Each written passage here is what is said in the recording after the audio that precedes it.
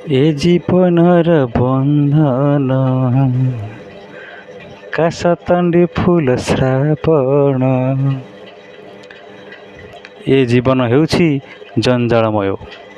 ଏହି ଜଞ୍ଜାଳମୟ ଜୀବନରୁ ଟିକେ ଅବସର ନେଇ ଆମେ ଆସିଥିଲୁ ସୁଦୂର ଧରାକୋଟ ନିକଟବର୍ତ୍ତୀ ଶାନ୍ତିଝର ପିକନିକ୍ ସ୍ଥାନକୁ। ସେଠାକାର ଶାନ୍ତି ପରିବେଶ ତଥା ସୁଦୂର ମନୋରମ ଦୃଶ୍ୟ ମନକୁ ମୋହିତ କରିଥିଲା। ରାସ୍ତାରେ ପଡ଼ିଥିବା ବୃଦ୍ଧଙ୍କ ମୂର୍ତ୍ତି ସମସ୍ତଙ୍କୁ ଶାନ୍ତିର ବାର୍ତ୍ତା ଦେଲା। ପରିଶେଷରେ ଆମେ ଆସି ପହଞ୍ଚିଲୁ ମା କାଠୁଳିଆ ଦେବୀଙ୍କ ପୀଠରେ।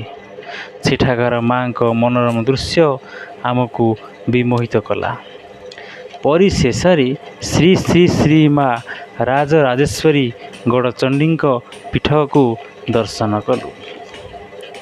ଅତି ଦୂରରେ ଥିବା ହନୁମାନ ବାଟିକା ଦେଖି ନିଜର ମନ ପ୍ରାଣକୁ ଉଜ୍ଜୀବିତ କଲୁ।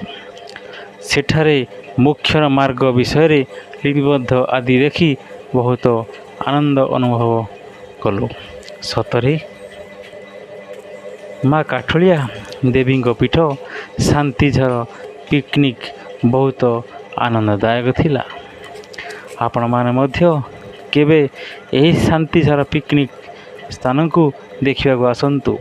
ଏହା ଅତି ନିକଟରେ ଧରାକୋଟ ବସ୍ଷ୍ଟାଣ୍ଡରୁ ଅତି କମ୍ ଦୂରରେ ଅବସ୍ଥିତ। ଜୟ ଜଗନ୍ନାଥ।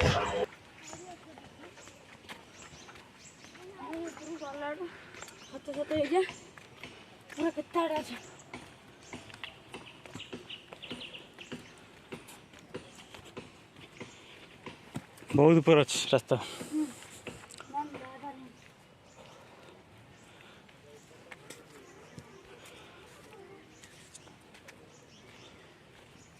ହନୁମାନ ବାଟିକା ଅଛି ନାଇଁ?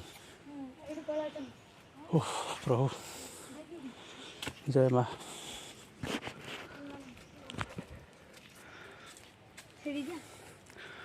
ହନୁମାନ ଗୁମ୍ଫା ଅଛି ନାଇଁ?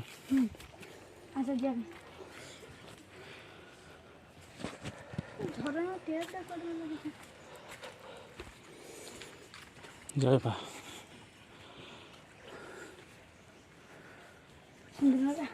ନାଇଁ